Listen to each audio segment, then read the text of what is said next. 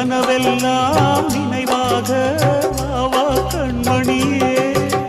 வீசும் காற்றில் பூசாயானே உன்னை எங்கோ மனம் பேச உள்ளம் நொந்தேனே நாம் ஒன்று சேரும் திருநாளும் உருவாகும் ஜென்மங்கள் ஏழேழும் நாம் வாழ்வதை தடுத்திட முடியாது ஆவாயந்தன் நிலவே விண்ணிலவே என் வாழ்வே நீதான் நிலவே விண்